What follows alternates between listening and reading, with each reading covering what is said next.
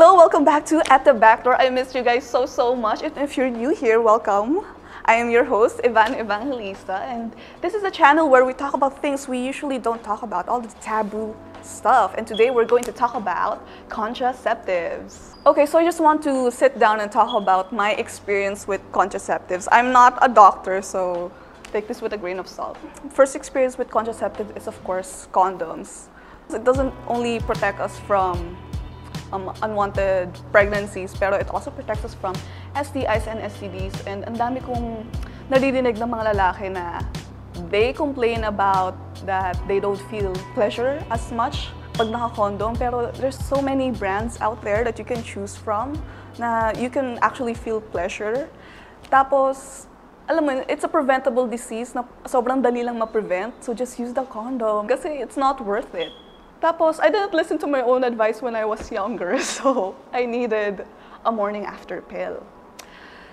And alam ko, wala ditong morning after pill. Pero I researched and merong mga pills. I personally used Trust pills. It's only, I think, 50 pesos lang. I'm not sure if it's still 50 pesos today. So sobrang cheap na lang. And it's not advertised as a morning after pill, pero it's the same as a morning after pill. I'll just link it down below. How to take the pills kasi I'm not a doctor. It can work mga 5 days after sex, pero it's more effective if you take it earlier. So after sex, you take 4 pills, sabay-sabay. Tapos you take another 4 pills after 12 hours. And if you puke it out kasi it will make you nauseous, just take it again. Okay? So I'm not a doctor, so madami rin tong side effects. Like yung sinabi ko kanina, it can make you really nauseous and pukey. And you can't keep taking this every time you have sex, okay? So don't do it. You can only take this 1 or 2 times in your lifetime kasi it's not very good for you. So having said that, I needed to find a way to prevent myself from getting pregnant because I don't want babies. So I researched and meron palang organization that gives free contraceptives. So they have, it's called Likhaan. They're on Facebook and you can search lang din, Likhaan. And they offer free pills, condoms, implants, IUDs, injectables. And I opted for a implant kasi pwede na siya for 3 years. So I got it 3 years ago pa and mag-expire na siya this December. Yeah, I can show you. There's a, pero hindi na siya kita eh. There's a tiny scar here. So what they do is they just inject a tiny plastic rod.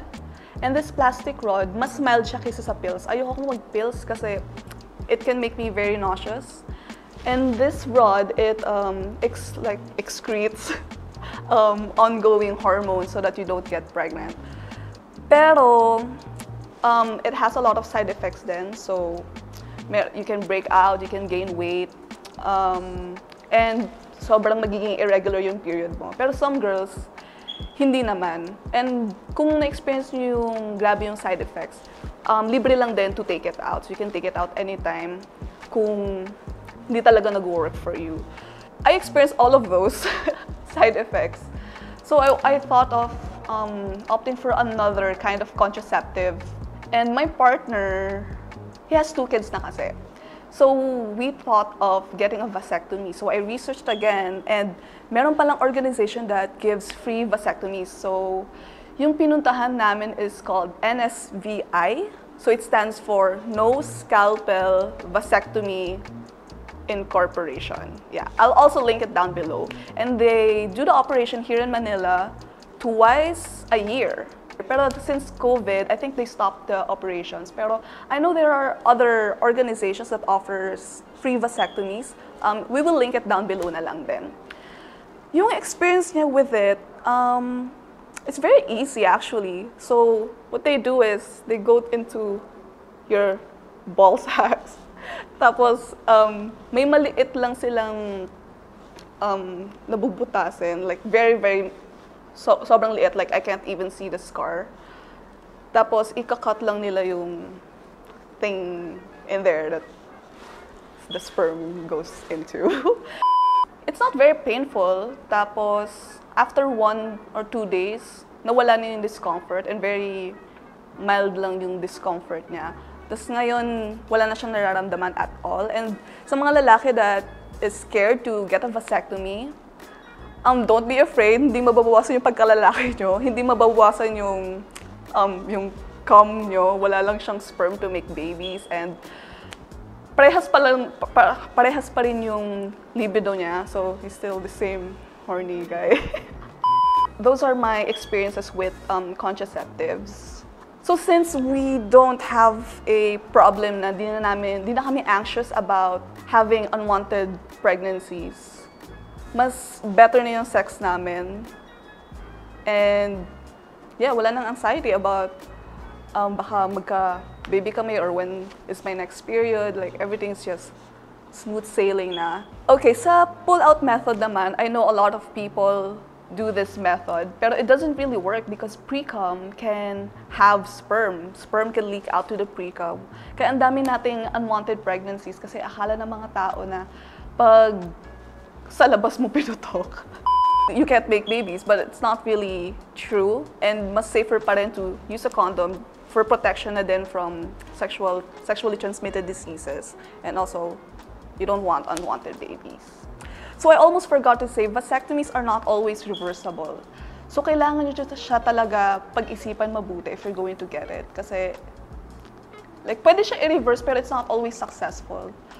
And maybe ngayon ayaw nyo ng kids, pero in the future, baka gusto nyo na. So baka magbago yung isip nyo. So really think about it muna.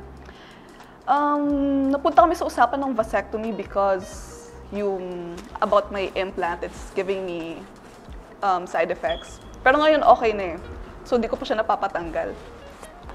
Tapos, I think we opened it up ng parehas kami with that in mind na. Kasi he's very open-minded naman.